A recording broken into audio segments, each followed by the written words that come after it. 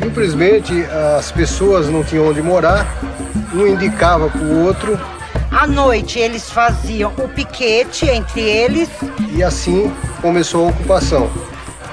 Os colegas ajudam, os vizinhos ajudam, final de semana vai encher uma laje, tá a comunidade lá.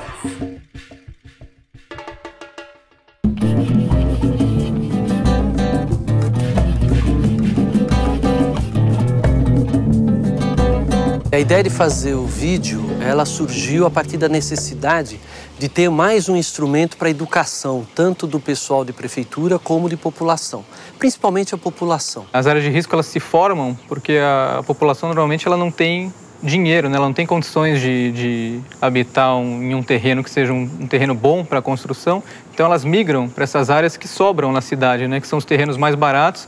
Elas chegam a esse local, uma área de encosta, por exemplo. Os primeiros ocupam a parte de baixo, que é mais fácil de ser ocupada, e os últimos vão ocupar as partes mais inclinadas, as encostas.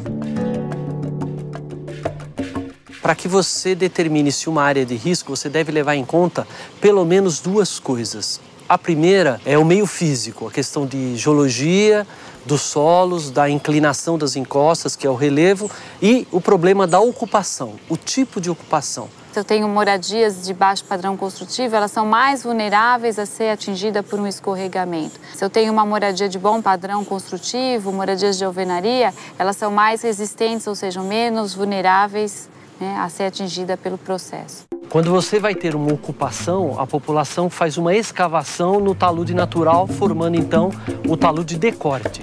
Esse material escavado é lançado na encosta, formando o aterro lançado.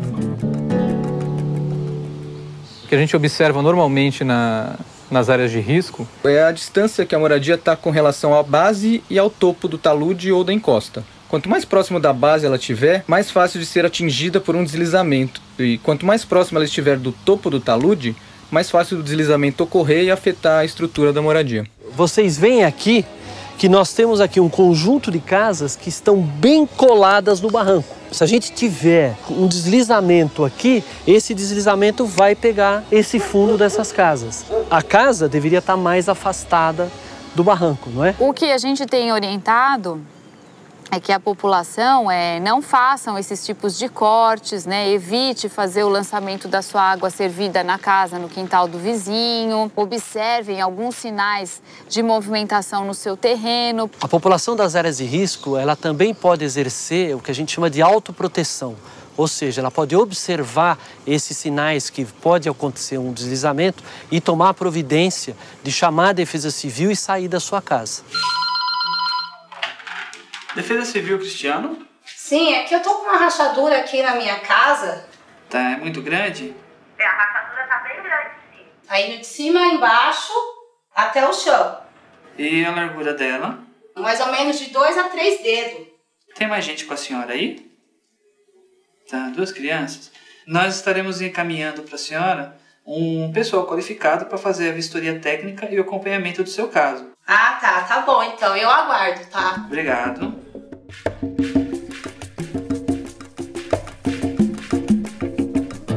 Boa tarde, tudo bem? Tudo bem. Sou Walter da Defesa Civil, você me chamou aqui pra...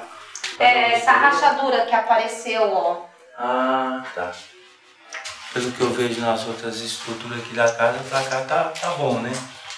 Agora, para esse lado aqui, acho que está comprometendo esse lado aqui, que deve estar movimentando para lá. Rodrigo, me fala uma coisa, a água de lavagem sua vai para onde? Onde é que você lança toda essa água? Tá. Pro canto aqui da casa? Pra frente do barranco? É uma situação bastante crítica em relação, para quem mora no morro. E começam a aparecer esses sinais, né? Uma rachadura, né? Então a gente sempre recomenda que se trabalhe com essa questão da água, essa água que está lançando no morro, não lançar mais. Como a água é o principal causador do deslizamento, você tem que cuidar daquela água que a pessoa usa na sua casa. E para isso você tem que fazer sistemas de drenagem eficientes que tirem a água do terreno e levem para a área, para a parte de baixo da encosta. O que a gente está observando aqui é o que a gente chama de lançamento de água servida em superfície. Normalmente o deslizamento ele se dá em época de chuva, pela água que se infiltra no solo e vai aumentando a sua umidade. E além dessa água da chuva, o esgoto lançado nas encostas, ele aumenta ainda mais a possibilidade desse deslizamento ocorrer. Quando você vai ter um deslizamento, o solo movimenta-se e descola da parte de cima da encosta. E aí você tem a formação do que a gente chama de trinca. Aí você pode ter uma trinca no solo, uma trinca no chão da casa ou uma trinca na parede da casa. Na verdade a gente está mostrando, né, uma das principais evidências de movimentação de um terreno, né, de um barranco. Essa trinca tem uma espessura bastante razoável, né? Ela indica que toda essa porção do barranco, do talude, está descendo em direção ao rio, na proximidade, no limite com a moradia, né? A moradia está muito próxima à situação e a trinca teve uma evolução naquilo que a gente chama de degrau de abatimento, né? Quer dizer, há um deslocamento do terreno em função ao seu patamar aqui. Essa é a trinca da moradia, também uma das evidências de movimentação para deslizamentos. Então sempre que a gente observar essas trincas, a gente pode ver até a abertura dela, é uma abertura relativamente grande, que indica que realmente o processo aqui de escorregamento está instalado e essa moradia está realmente se movimentando e a tendência é que ela continue descendo e vá desabar. Aqui eu sei que aqui é bem reto. Aqui já tem até aqui o piso tem uma lombadinha. Porque aqui você pegou a terra firme, não é? Agora aqui já foi como até que você puxou do próprio barranco e aterrou e ampliou aqui para frente para acontecer isso aí. Por isso que acontece. Tá. Normalmente a gente usa, quando a gente vai fazer a vistoria no local, a gente pega uma régua e faz um risco de assim, vertical, outro de cá. Aí você mede. Você pode colocar 20 centímetros aqui de um risco no outro. E ali os dias você viu que está dilatando, se já deu 21, ou 20,5, ou 22, você pode saber que ela está indo muito mais. Porque se os risquinhos estão se afastando, quer dizer que a própria rachadura está aumentando. E aqui atrás, né, teve um deslizamento aí, desceu o material junto com a bananeira, né, estacionou aí. Mas a parede ali não tem problema nenhum. Só a bananeira que bateu ali que abriu um buraquinho, então que a gente vai usar aquele buraco para fazer uma janela. Em geral, a vegetação natural ela ajuda a proteger o solo, assim como as gramíneas.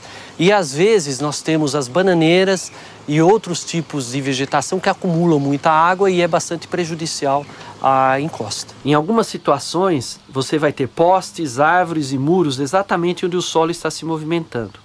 Quando eles inclinam, é uma forte evidência de que o deslizamento vai ocorrer. Você observando isso, tenha certeza que o seu terreno está movimentando e pode ter um deslizamento. Depois que ele ocorre, aquela marca que fica na encosta, onde a terra se desprendeu, é chamada de cicatriz. É muito importante observar se existem cicatrizes próximas da sua moradia. Isso é um forte indicativo de que outros deslizamentos podem ocorrer na sua área. A construção próxima dessas áreas deve ser evitada. Um outro problema que a gente tem nas áreas de risco, além do aterro lançado, seria o lixo e o entulho que são lançados em costa abaixo. Esse é um material que ele não tem uma resistência, ele não tem uma liga. Quando chove, é mais fácil dele deslizar e atingir as moradias que estão abaixo. A pessoa que mora na parte de cima, ela joga esse lixo, joga esse entulho, ela não sabe que, na verdade, ela gera um risco para o vizinho dele que mora em costa abaixo. Em situações que você tem chuvas, a água do escoamento superficial ou da chuva ou do escoamento concentrado, ela vai remobilizar esse material, esse lixo, e ele pode descer em costa. Então, já tivemos várias situações de escorregamentos em áreas com lixo, né, material que chegou a fazer vítimas fatais.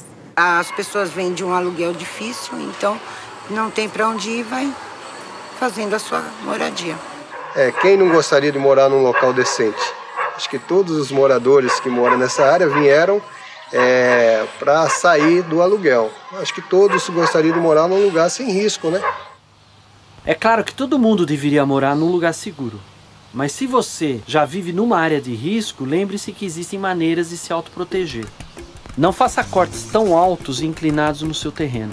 Afaste a casa o máximo possível do barranco. Lembre-se que não é só a água da chuva que causa deslizamento. Não jogue a água e o esgoto no seu terreno ou no terreno do vizinho. Não jogue lixo, entulho, terra escavada barranco abaixo, que esses materiais também podem deslizar. Fique alerta aos sinais que indicam que o terreno está se movimentando, como as trincas ou rachaduras no chão e nas paredes, a inclinação de postes, árvores, muros. E o mais importante, em época de chuva, se você perceber que a sua casa está em risco, chame a Defesa Civil e saia imediatamente.